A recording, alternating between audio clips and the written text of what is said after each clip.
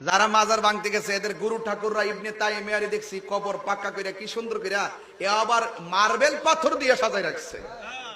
আর এখানে আছে শাহপুরানের কবর ভাঙতো, শাহপুরানের রোজা ভাঙতে গেছে, অ্যাটাক করতে গেছে। এই দিকটা আজকে গোলাপ রহমতুল্লাহের মাজার ভাঙার জন্য তারা সুন্নিরা বানের জলে বেশে আসা কচুরি পানানা মাঠে নামে না দিকে। আমরা এই দেশের বাংলাদেশে একটা ট্রেন্ড আছে কি জানেন, যারা মারামারি করতে পারে, যারা আন্দোলন করতে পারে, গাড়ি ভাঙতে পারে, এদের মূল্য খুব বেশি।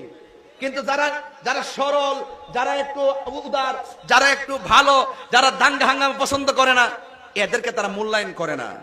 আমরা প্রয়োজনে আল্লাহর ওলির মাজারকে সুরক্ষা করার জন্য আমরা বিশাল কর্মসূচির মাধ্যমে তা প্রতিরোধ করব। কথা বলেন ঠিক না? এলাকায় এলাকায় মাজারকে সুরক্ষার জন্য আপনারা প্রতিরোধ কমিটি করে তুলুন। কোন ধরনের বাতিলকে, আমাদের সুন্নি জামাতের আল্লাহর ওলিদের মাজার কোন বাতিলকে দখল করার সুযোগ দেওয়া যাবে না। কথা বলেন ঠিক না?